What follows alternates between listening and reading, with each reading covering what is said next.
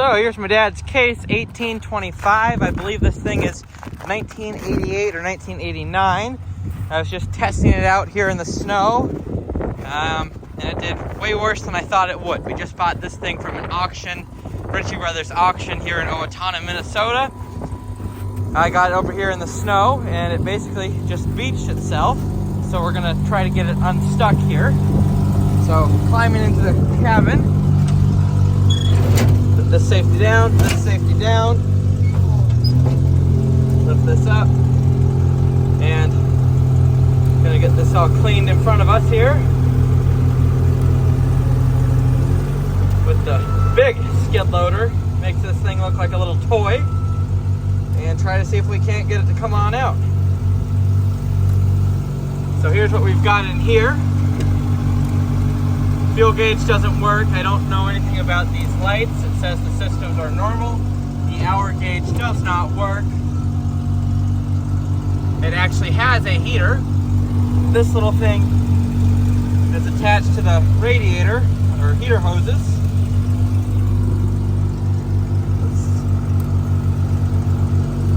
And turning it on here, we can feel some warm temperature. Bucket down. And we'll get back when I get this thing out. Now we got that out of the snow. Let's do a quick little walk around of it. So as I said, this is a case 1825. We just bought it from an auction not that long ago. So let's just take a look at it. So here's the little tires.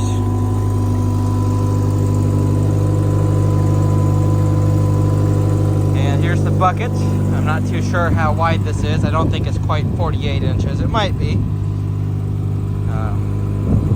Definitely needs some bushings and a little bit of work. It's an older unit. Hydraulic fluid, 1030. Looks like it does have a block heater right here.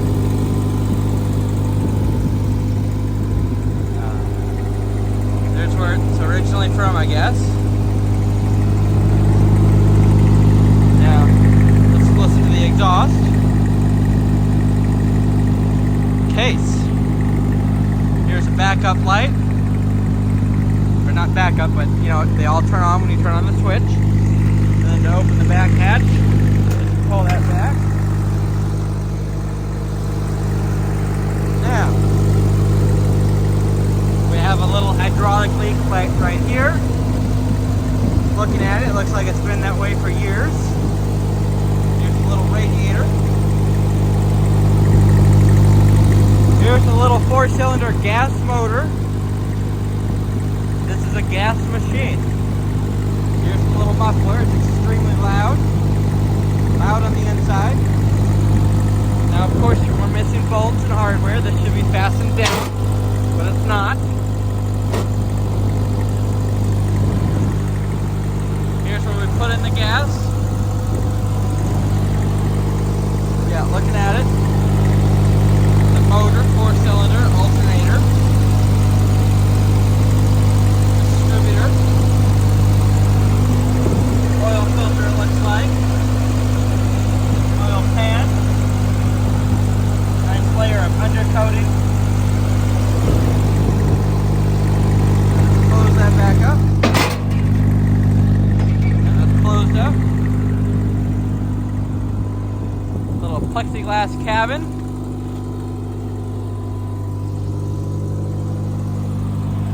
Yeah, here's the inside. Here's the choke down there, the throttle right there. The seat's in decent shape. That's probably been replaced. But yeah, here is that heater I was talking about. I'm not too sure what's under there. It says operator's manual.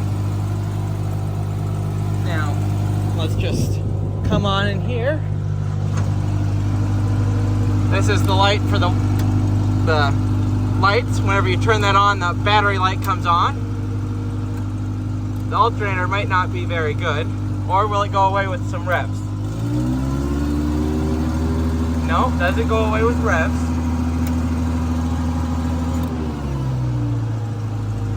But yeah, we're in here. We can turn off the heater. But These are just safety bars to allow us to use the controls. Let's see, this one goes, they both go forward. When you both hit them forward, we move the machine forward, backwards. And let's see what else this does. This should lift the bucket up or down. Yep, lifts the bucket up. Out is up. Lifting the bucket up. Bringing the bucket down. This one, bucket down, which is out. Bucket up, which is in. Yeah, that's that. And then a little bit of throttle here. That's about 3/4 throttle. Full throttle.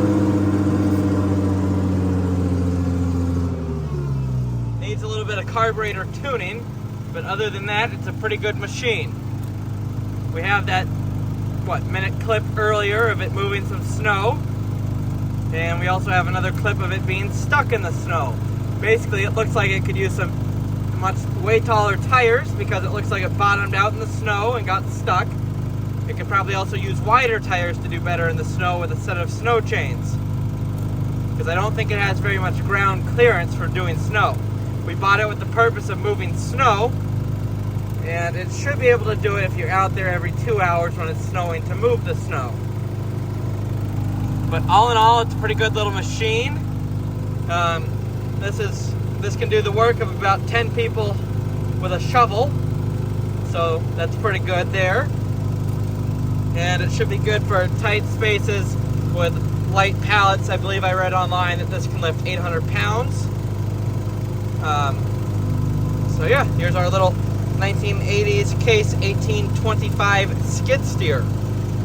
Now what we're probably going to do, we're probably going to get this thing moved up to my dad's, tear it completely down in the near future, repaint everything, replace the seals on the motor, hydraulic lines, bushings, and give it a mild Rust-Oleum restoration that we lost the receipts on. So go ahead and follow along for the rebuild progress. This might be next fall or something like that, but it'll definitely be on the radar eventually.